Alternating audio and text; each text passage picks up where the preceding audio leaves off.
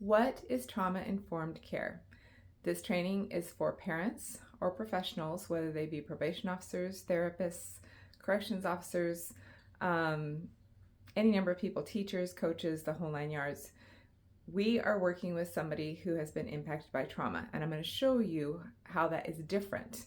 Now, this is the autonomic ladder. Trauma-informed care means that we understand profoundly the impact of the autonomic ladder on a human being.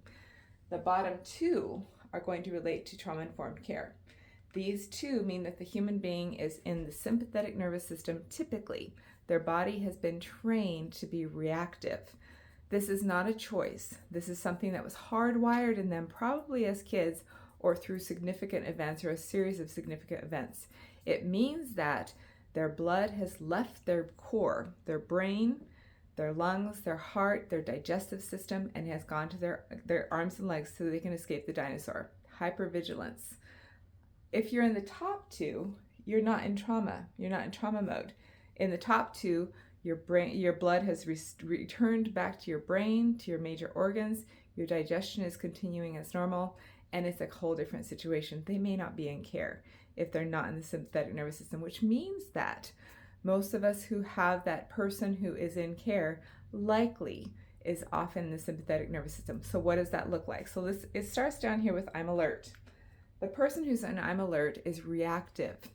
They see other people as objects, or they see themselves as objects. They're hypervigilant. They see themselves as a part of a system that is dangerous. So this could be, if they see other people as an object, I'm going to use you to get the ice cream that I want. I'm going to use you to get the rule, set to the side so I can do what I want. If you're the object, it means that if they see themselves as the object, it means that they will pacify the abuser by being compliant. So here we have a system of defiance and compliance, and both of them are both part of the sympathetic nervous system response. If you come down here to I can't, that's where somebody's body has completely shut down, and it may look like they're being compliant.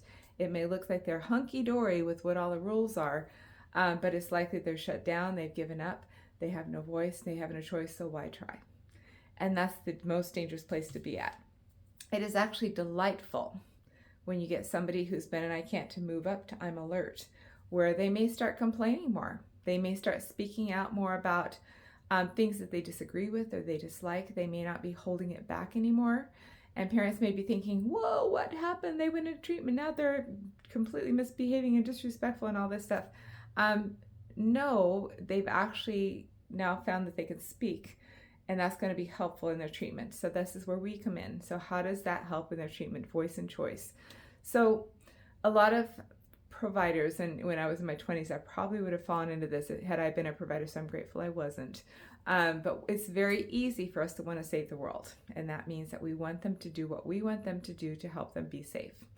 And that's not going to help them be safe. So that is number two. Number one is awareness of where they are on the autonomic ladder. You need to become very familiar with each one of these. Become aware of that. Number two is safety. Safety is that thing that's going to run them up the ladder. Well, not run them ladder, it's going to be a slow drudge, actually. But safety is a big deal. Let's talk about what safety actually is. Safety starts with me, the provider. So I'm going to make sure I am calm. I am in my self-energy. I am not in the sympathetic nervous system. I am relaxed. I am at peace with myself. I am an observer of their behavior.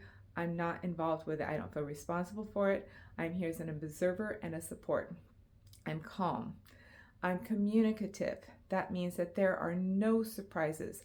I show up on time. I start my appointments on time. I make things extremely predictable. No surprises. I ask for their consent. Is it okay with you if I dim the lights a little bit? Is it okay if I turn on my lamp? Do you mind it if we go this place or to that place? Would you feel comfortable with that?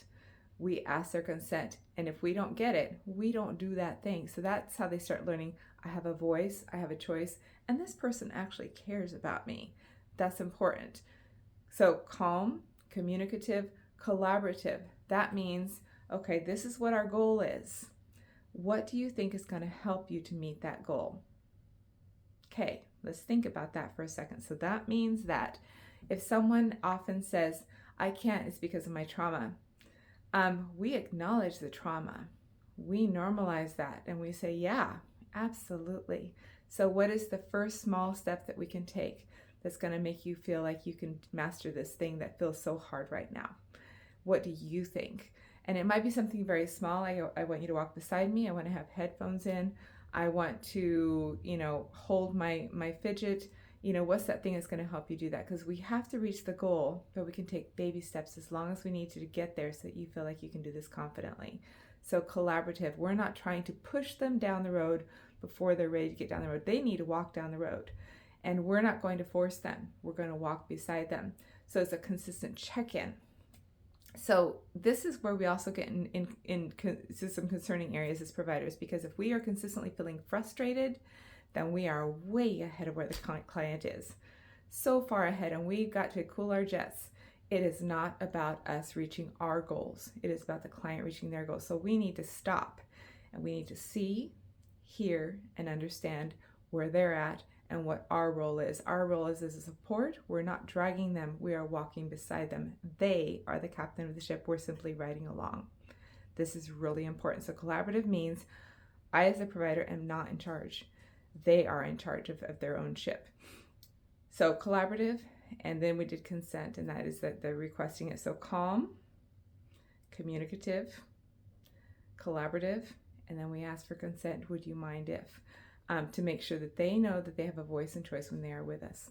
So I'm alert can look like a lot of things. And I just lost I'm alert. I'm going to hold it. I'm alert looks like reactivity. Sometimes we don't understand why. And sometimes they don't understand why. We can say, why are you doing that? They won't know. So here's what I want you to do. When you see reactive behavior, look underneath it. And you're looking for core values of why. What is that driving force? So is it compassion? Is it safety? It's not something they've consented to do? What I want you to do is look for some core values that belong to them. So we've got a sheet of core values that I can send to everybody that are ideal for identifying what those are. And you want to go for the core values. Ignore the behavior. It's like, okay, so that looks like it's really important to you. What do we need to do differently so that it feels like you're able to live in your true self? Those are the core values.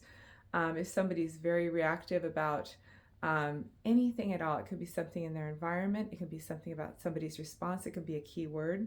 Okay, what's a different word we can use so we can still have a conversation? You're not going to be isolating, but you're in charge of this situation because I'm leaning in and I care about what matters to you in this situation.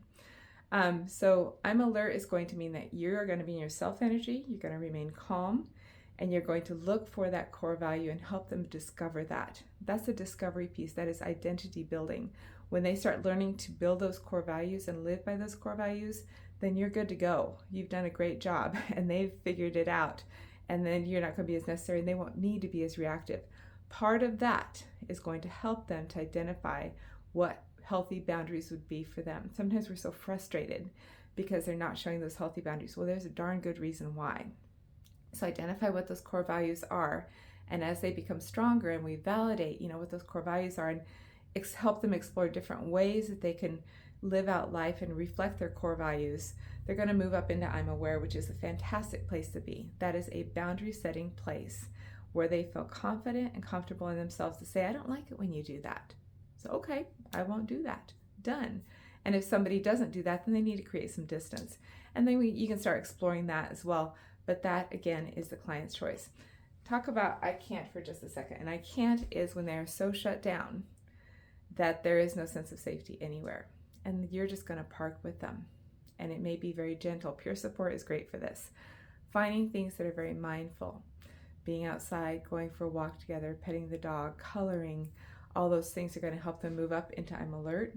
They're getting a voice back. It may not be appropriate all the time. It may not be pro-social. We can work on that in a little bit, but they're giving us information we can use for building core values, for setting healthier boundaries. And then once we move here and their boundaries start working, they start moving out of that sympathetic nervous system and they start trusting themselves and knowing they can feel safe when they do certain things. And that's our goal. I'm present then means that they now have all the socials in their life that help them feel safe all the time. And that's their USA place, where you like to be living life that way. We as providers want to live in I'm aware and I'm present.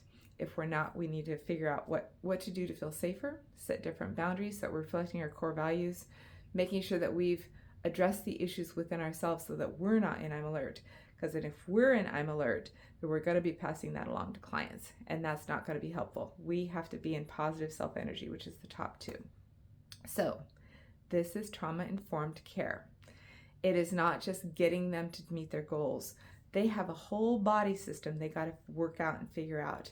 And you are there to just notice and say, it looks like your body's being really responsive right now. What's going to help you right now? And that's what we're going to do.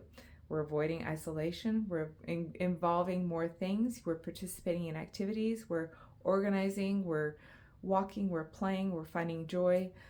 We're doing what we can to get out of that frozen place so that we can start living life again. Thank you, and I'll see you soon.